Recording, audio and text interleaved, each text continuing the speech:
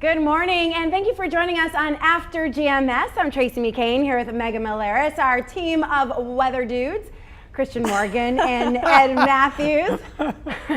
Oh, it's so great to have you guys here with us on Wednesday. It's a special day, 2/2/2022.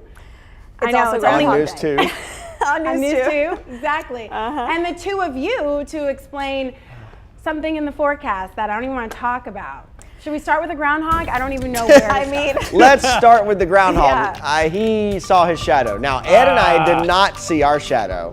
We tried for a good 5 minutes and couldn't find it. All right, so take it for what take it as you will. Take it for what it's worth. But nonetheless, yes, we still have continued at least warm weather for this week, and then we cool back down as we head into the weekend. For now, though, I want you to take a look here real quickly at something we've been mentioning all morning, because we have a temperature inversion. And what that means is we have a layer of warm air that's above our heads, just above our layer of colder air at the ground. And why that is significant is because as we've been watching some of our coverage of this fire in Winston-Salem this morning, a lot of that smoke is very low-lying this morning, and it's actually just trapped under that layer of warm air that we have just above our heads. And as we get some more sunshine and as we heat up today, that layer of warm air will erode, which will allow some of that smoke to move up into the air a little bit. Still, though, keeping that in mind, we do have those low air quality alerts in place today, yellow for today and for tomorrow. So if you have asthma or breathing issues, probably best just to spend a little extra time indoors as opposed to more time outdoors for the next couple of days. Of course, we have a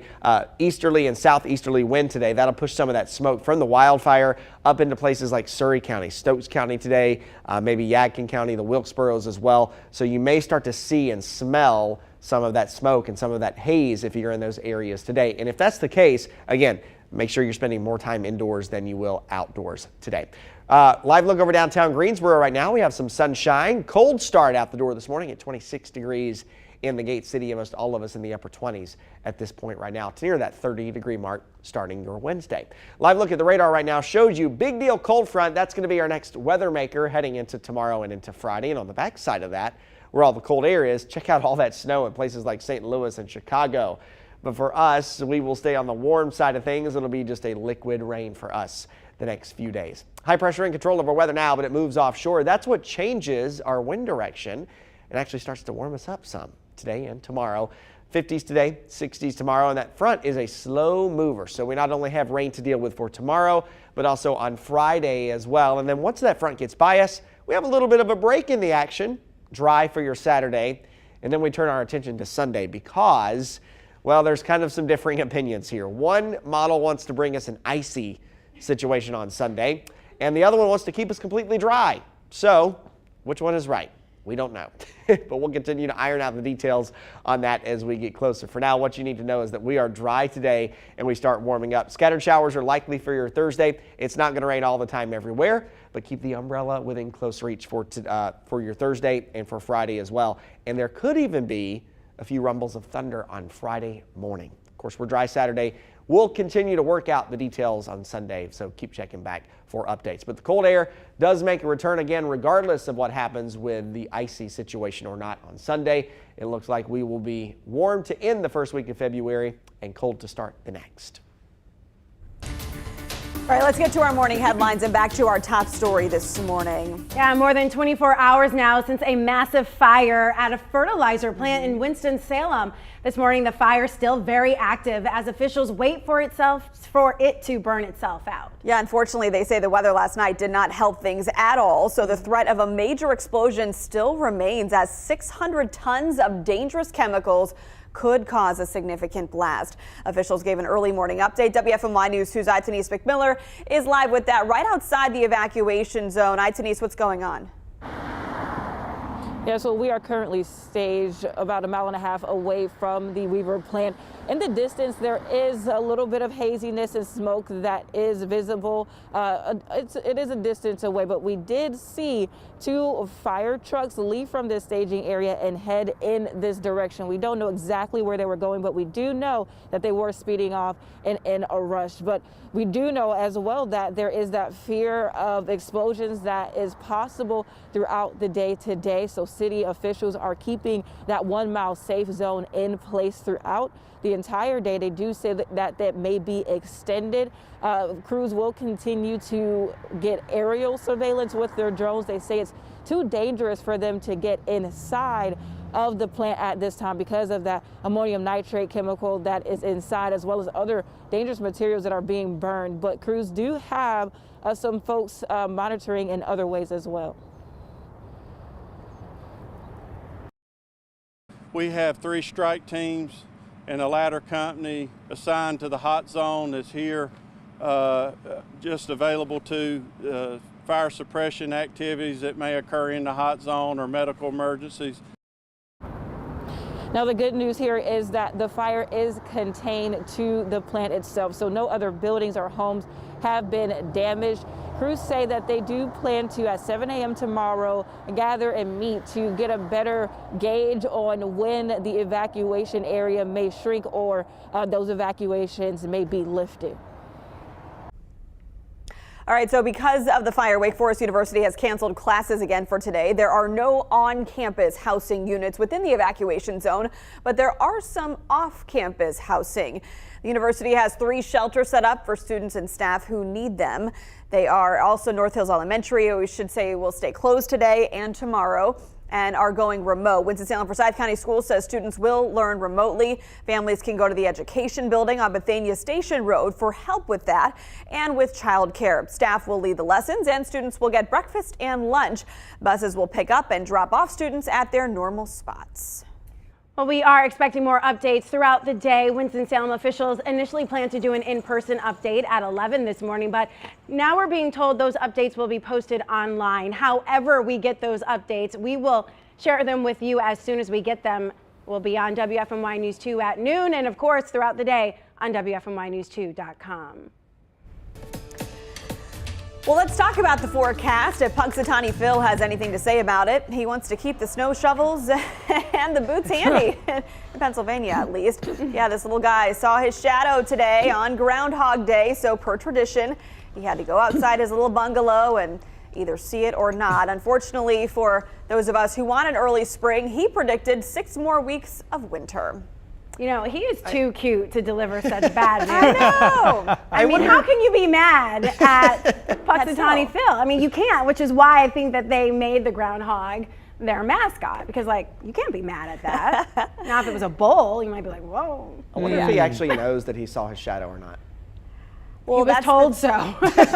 You know, all he wants is a carrot. It's just like, give me a carrot and let me go back to sleep, you know? Yeah. Yeah, it's a Punxsutawney Phil model. I wonder how reliable it is. I wonder if it's about as reliable as the Ed Matthews Vacation model. If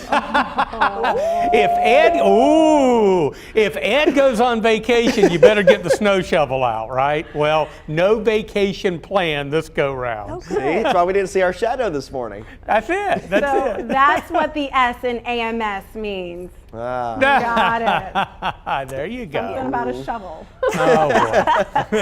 Yeah, so Punxsutawney Phil does not really have a great track record. Of course, this is all pretty much fun and games, but ironically, guys, we are getting another bout potentially of winter weather this weekend. Thought we were done with these weekend snow type systems. Yeah, whoever said last week at this time that they promised that the next week wouldn't be like that, I think they spoke too soon. You know, it's still kind of up in the air. You know, I think Ed and I were talking about it this morning, and I mentioned it just a couple minutes ago.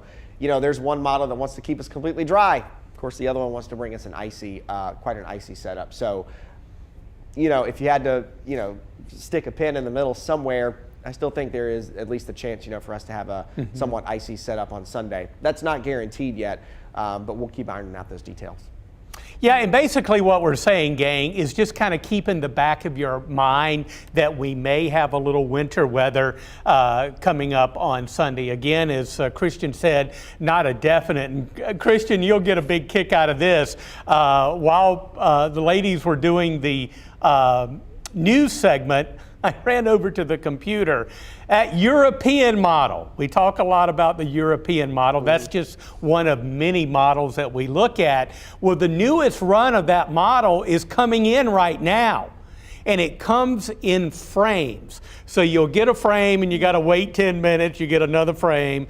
those Europeans can be slow. What can I say? But nevertheless, we haven't got to the Sunday part of the new model update yet. It's gone through Saturday, and at least according to that particular model, it's going to be dry through Saturday. But it's a Euro model that is suggesting that all the action is going to remain offshore and keep us dry.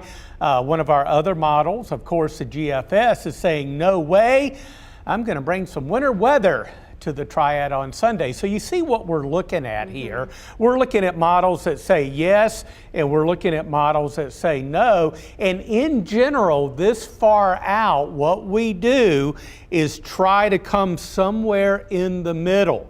Now, I'm not majorly excited yet, but if that Euro model starts to show moisture closer to the coast and over the Piedmont for Sunday, yep, that's when my confidence level is going to really go up. So, as usual, it's a wait-and-see situation.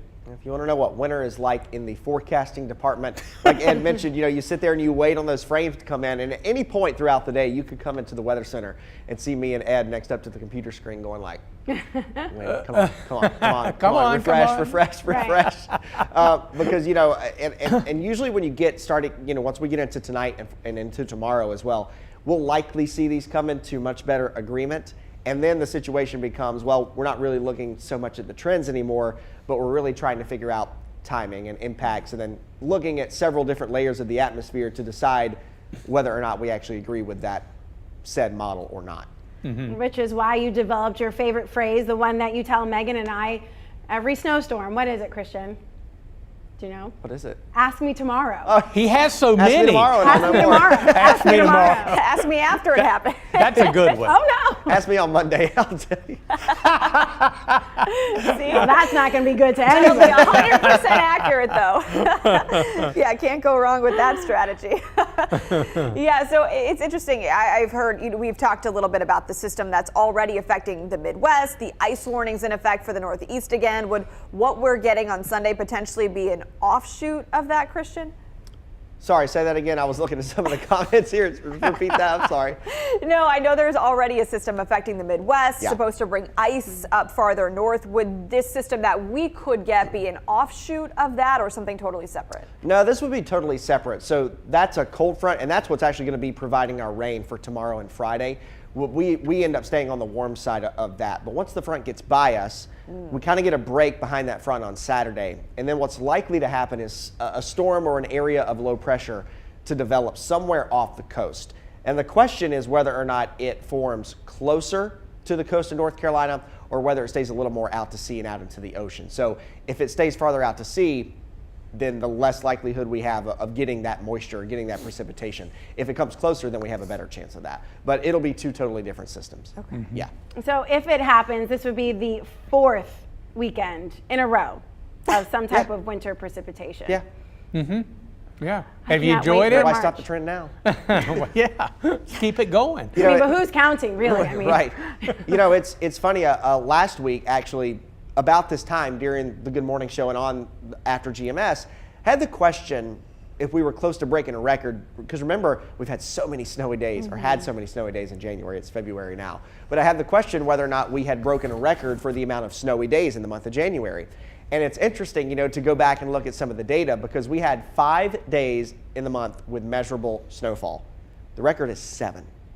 So we came close. And there have only been 10 other months with 5 days or more of measurable snowfall since 1903 for the Piedmont. So we were close to breaking a record.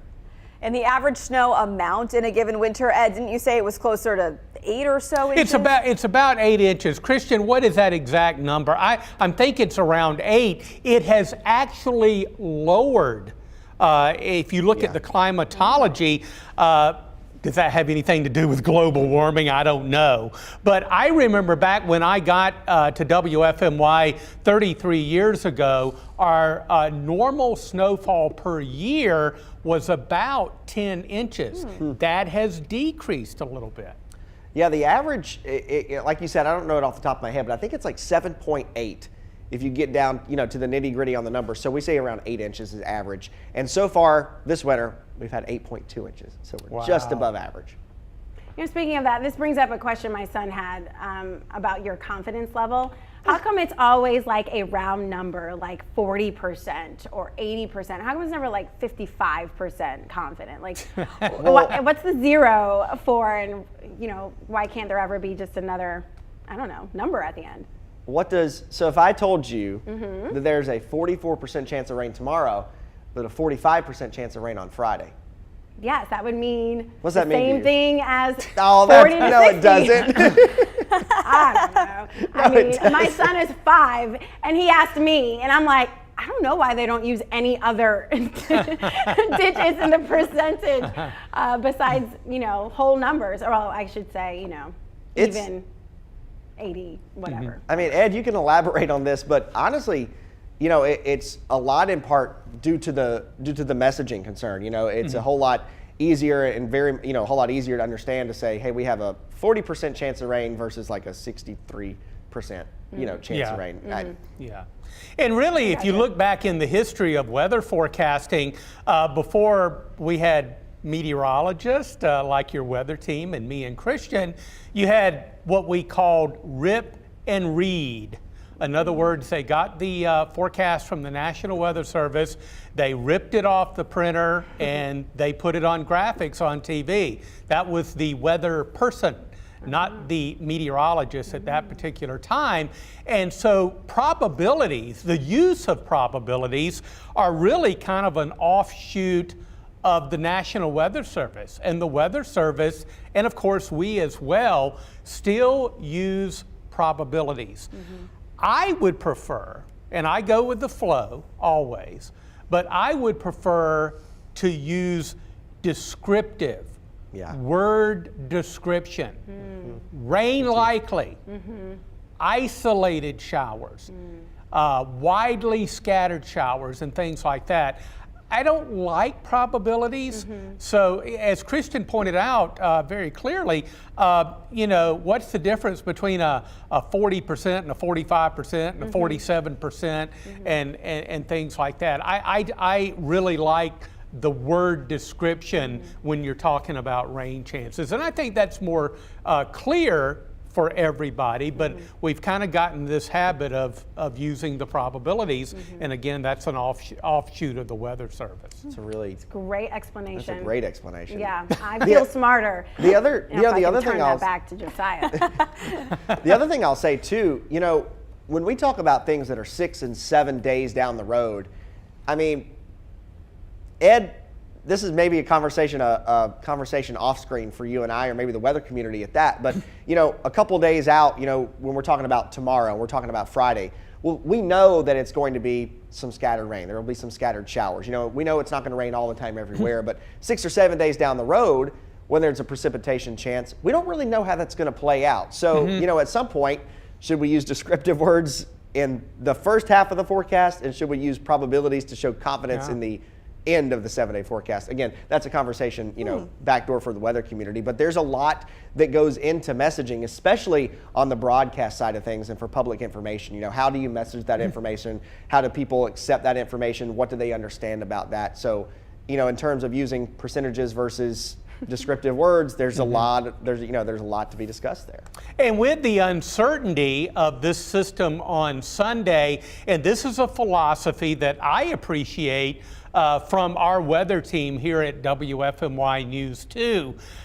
If you look out to that 6th or 7th day and there is just an inkling chance of snow, we're not going to put a high probability there. I mean, I would consider that to be rather irresponsible.